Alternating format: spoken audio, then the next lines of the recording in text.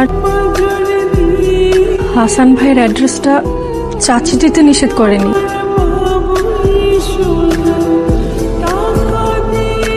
আমি নিজে থেকে তোকে আর দেইনি। তুই এটা কি করলি মুনিয়া?